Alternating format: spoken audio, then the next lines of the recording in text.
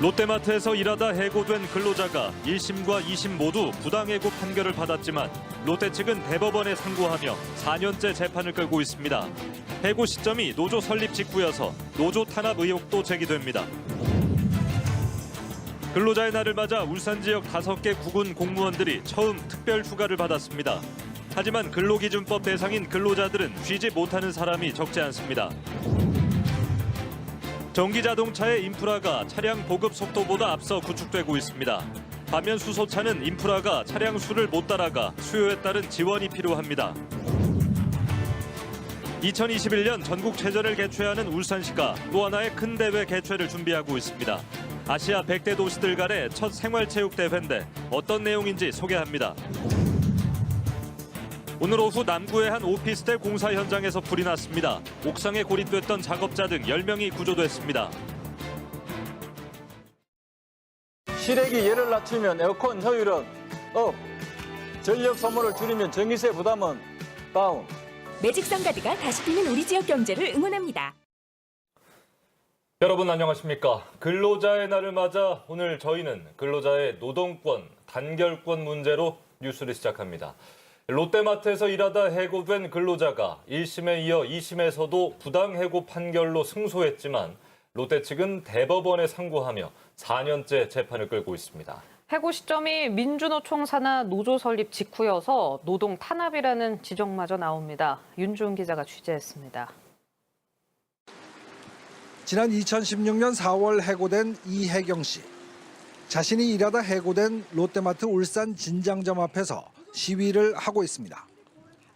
해고 사유는 이 씨가 1년 동안 정상 제품 34개를 임의로 할인 가격으로 사가는 바람에 회사에 손실을 입혔다는 것. 하지만 이 씨는 소비자에게 할인 판매하는 제품을 자신이 샀을 뿐이라고 말합니다. 그 할인 상품을 이제 직원이 제가 구매했는데 원래 정상적으로 판매하는 상품을 제가 할인을 목적으로 사갔다 이렇게 해서 저를 해고를 시킨. 중앙노동위원회는 물론 법원도 1심과 2심에서 이 씨의 부당해고를 인정했지만 롯데 측은 대법원에 상고해 지리한 법정 공방은 4년째로 접어듭니다. 이 씨는 해고 배경이 노조 탄압이라고 주장합니다. 롯데마트가 2015년 10월 15일 날 설립 일정이 나왔습니다. 12월 달에 울산점에 캐시어 분회장이 해고가 됐고 그 다음에 2016년 4월 12일 날 제가 해고가 됐습니다. 이에 대해 롯데마트 측은 법정 소송 중이어서 공식 해명할 부분은 없다는 입장입니다. 비슷한 사례는 롯데백화점 울산점에서도 있었습니다. 2017년 롯데백화점에서 택배 일을 하던 A씨가 회식 자리에서 회사의 부당함을 토로하며 노조 설립 얘기를 꺼냈다가 계약이 해지된 겁니다. 당시 백화점의 갑질 해고라며 기자회견도 했지만 1년 단위로 계약하는 택배기사가 대기업과 싸워 원직 복직을 하기는 사실상 어려웠습니다. 회사에서는 이제 이분이 선동해서 노조를 만들려고 하니까 사전에 쳐낸 거였죠. 계속 소송하기는 힘들고 해서 중단하셨어요. 네. 롯데는 2016년 10대 기업 중 공정거래 관련 법률 위반 1위, 2017년에는 3위, 지난해에는 5위라는 불명예를 안고 있습니다. UBC 뉴스 윤종입니다. 근로자의 날인 오늘 울산 구군 공무원들도 처음으로 특별 휴가를 보냈습니다. 하지만 정작 관련 법의 적용 대상이 되는 근로자들은 절반 넘게 쉬지 못했습니다. 서윤덕 기자입니다. 한창 바쁜 시간이지만 구청 사무실 안쪽이 비어 있습니다. 근로자의 날을 맞아 울산 구군 공무원들에게 처음으로 특별 휴가가 나온 겁니다. 직원들이 한 반 정도 출근을 하고 그리고 또 반 정도는 근로자의 날로서 특별 휴가를 지금 쓰고 있는데요. 가족들과 함께 보낼 수 있는 시간을 또 주신 거라.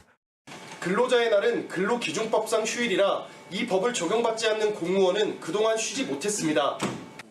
하지만 공무원도 근로자의 날을 기념해야 한다는 분위기 덕에 지난 2017년 서울시를 시작으로 휴가를 주는 지자체가 늘고 있습니다. 그러나 정작 쉴 수 있는 근로자들은 절반 넘게 쉬지 않는 것으로 나타났습니다. 한 조사를 보면 근로자의 날에 쉬냐는 물음에 직장인은 48%, 아르바이트생은 24.8%만 쉰다고 답했습니다. 실제로 남구의 한 건설 현장에선 근로자의 날에 일을 하다가 불이 나 근로자 8명이 고립됐다가 구조되는 일도 벌어졌습니다. 또 쉬지 않으면 그에 맞는 수당을 줘야 하지만 아르바이트생 등 비정규직은 요구하기도 쉽지 않습니다. 아르바이트, 근로자의 날이라고 추가 수당 같은 거 받은 거 없고 그냥 평소대로 일한 것 같습니다.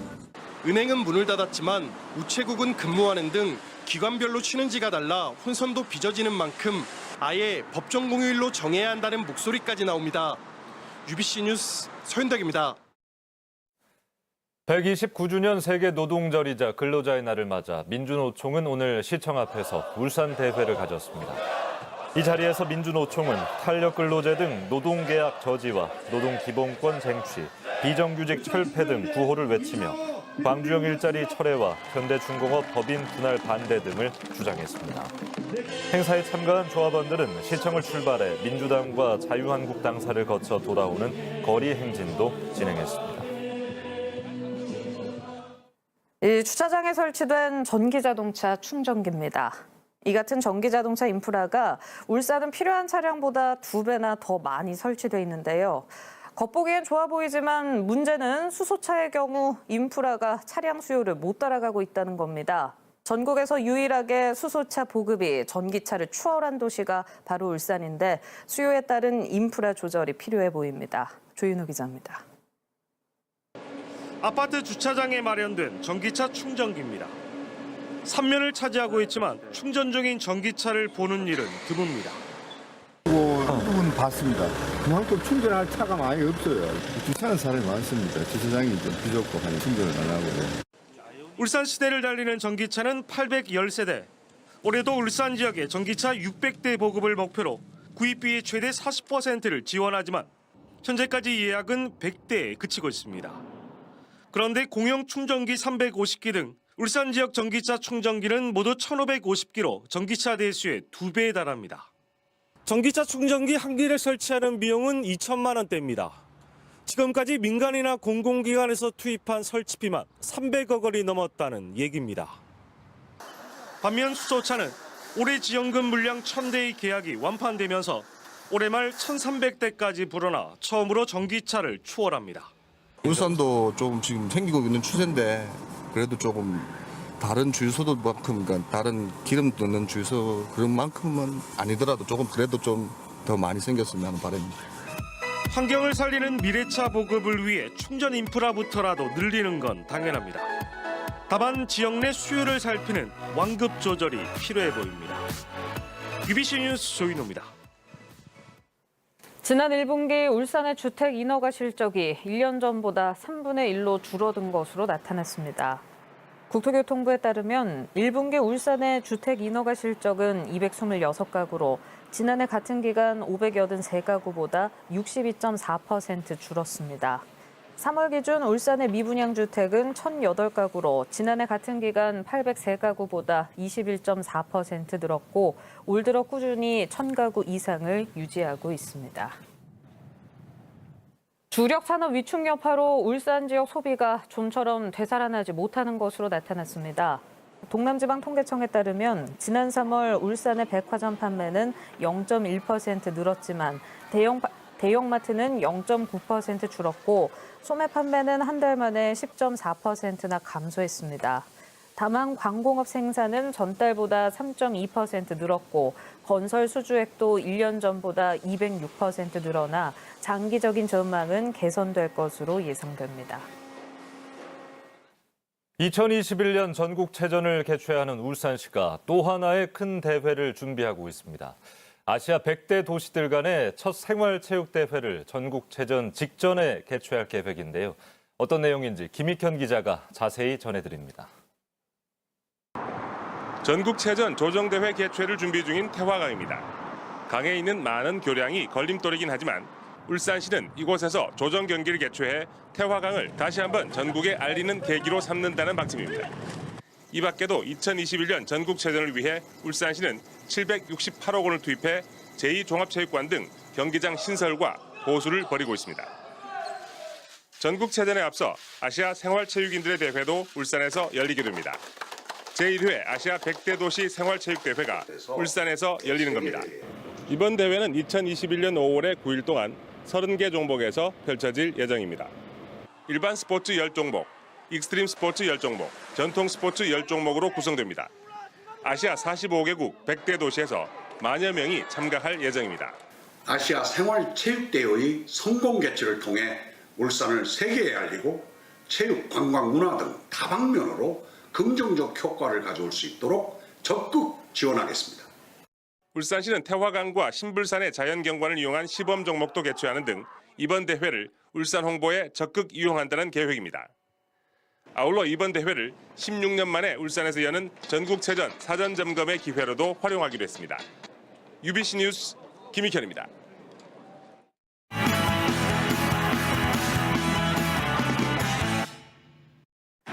우리 동네 정부와 작지만 의미 있는 소식들을 알아보는 동네방네 통뉴스입니다.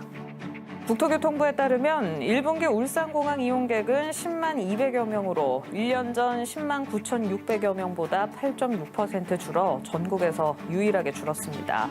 이는 지난해 1분기 에어부산의 정기 노선 취향으로 이용객 수가 70.6% 늘었지만 올 들어 울산 김포 노선이 22.9% 감편됐기 때문으로 풀이됩니다.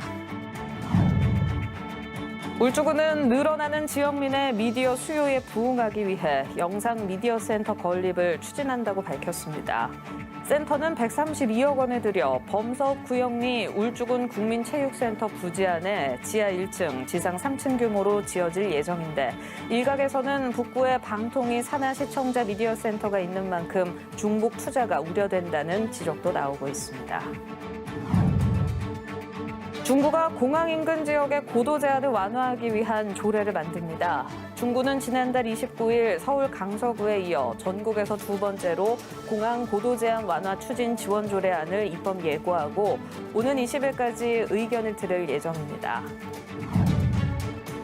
울산시 교육청이 학업 중단 위기 학생의 맞춤형 교육 프로그램을 제공하기 위해 20개이던 학교 내 대안교실을 32개로 확대했습니다.